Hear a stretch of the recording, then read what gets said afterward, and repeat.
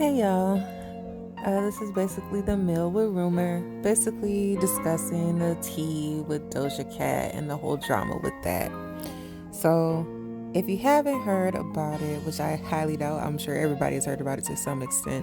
Doja Cat pretty much has been around on the scene for a minute, but she's recently getting like a really big push from the industry. She just got her first number one with a song she just did with Nicki Minaj. And she pretty much was on cloud nine until last week when some pictures surfaced in a forum called Lipstick Alley. And if you haven't heard of Lipstick Alley, it's pretty much a place where you can be messy when it comes to discussing celebrities. A lot of people who have experienced things with celebrities go in there and basically just rip them apart. It's really a crazy forum, but it's really entertaining if you're ever bored.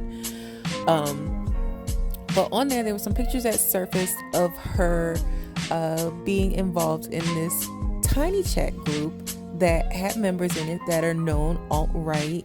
Some people say neo-Nazi, but that's never been confirmed. But people who are openly racist when it comes to other people and cultures and things like that. And not only is she involved in this chat, but it appears that she's friends with these people, that she quote unquote panders to them by saying racist things herself, by doing sexually explicit things for them, basically just vying for their attention, hoping that to get chose, basically. And it really outraged a lot of people.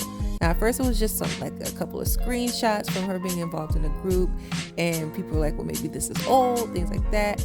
But it turns out that just as recently as a couple of weeks ago, sis was in this group still. She was still going in there. They were able to compare an outfit she wore in that chat to the exact same outfit she had wore on her Instagram live that same day a couple of weeks ago. So she's still involved with these people. Since all this has came out, she released a half-assed, I'd say, apology. Looks like PR wrote it. That basically said, I am a black woman and I would never do anything to hurt black people. I'm half African. I may have said things or did things in poor taste, but that's not who I am as a person. I hope we can move forward and move on from this. That, in a nutshell, what it said. And a lot of people are saying, no, I'm not buying it. And understandably so. I feel like she has a lot more explaining to do as far as why she was involved with these people, why the things that were said in this video were said. The song that she made called Didn't Do Nothing, she in her apology, she said that she wrote that song basically trying to take her power back from people who had used that phrase against her as a racial slur. And she was taking her power back, and now she is saying that it was in poor taste, but it was not coming from a racist place. A lot of people are saying that she actually wrote that song to make fun of a woman who was killed during being detained. A woman by the name of Sandra Bland.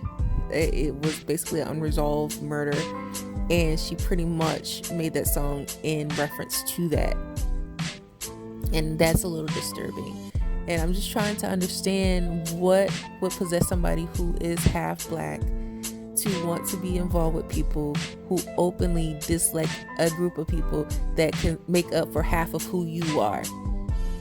And just be so comfortable in their presence that you want to moderate a group where they're openly racist and they openly say these things about people that look like you. Like, you're no different. You may be a little bit fairer skinned, but under that wig, your hair is just as kinky as ours. You have hips like ours. You have a body like ours. So I really am not understanding why you would be okay with being in that environment. Part of me kind of gets why you felt the need to go there, and it has to do with your absent father. I get that. Your dad never thought that you or your siblings were worth the time to invest in, to see about, to take care of. And now that you're famous and you're becoming successful, now he's wanting that opportunity, which is disappointing and disgusting. I get that. However, there are a lot of us out here that were mistreated by parents, that were abandoned by parents, that did not go out and actively engage and entertain people who hate us. That's some deep-rooted shit. That's some years of therapy to unpack type of shit. And it's sad. It's sad because a lot of us were rooting for you. I feel like Tyra right now. I feel like I want to stand up here with my little red wig and say, we were rooting for you. We were all rooting for you, and you let us the fuck down.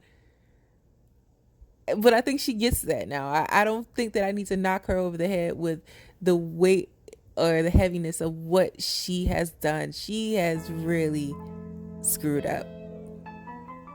And I'm not sure she'll come back from it. I won't say she will not, because we've seen people who've done far worse things come back from it. So she may be able to recover from this. She may have learned from this. Do I think so when she was just in there 2 weeks ago? No. Do I think that she just got caught and she's going to just be a little bit better about covering up her tracks? Absolutely. But I'm really just disappointed because I felt like finally we found like a quirky black girl that is just, she's, weird. She's into her own thing. She does like her crazy makeup and her e-girl stuff. She's not like earth mother like Erykah Badu or SZA or things like that, but she still represents for a subsection of black culture where there's the alternative black girl. She fit that. But to find out that she basically didn't want to be considered a black girl or doesn't like black people is beyond disappointing, and it makes me kind of question where I fall as a fan. I want to show her grace because I always say that I'm a black woman first, and I always want to extend grace to black women because we don't receive a lot of that in this world. But it's hard to rally behind somebody who fucked up as majorly as she did. And that's just the truth. So that's my thoughts on this. If anybody out there is listening, which I doubt, but if you are, and you liked what I said, please comment your thoughts, how you feel about the situation. If there's another topic that you want to talk about, I've kind of been thinking about talking about the Daniel Caesar thing. It's a couple of years ago, but just talking about it, how funny it is. It's kind of like Doja Cat is in that situation now, and just seeing where this all plays out, because Daniel Caesar pretty much destroyed his career doing something a little similar. So if you want to discuss that, let me know. Thank you so much to anybody who took the time to listen to me. You didn't have to. I know we're all trapped in the house right now, but you could have listened to anybody else and you decided to listen to me. And I thank you for that. Stay safe, you guys. Bye, girl.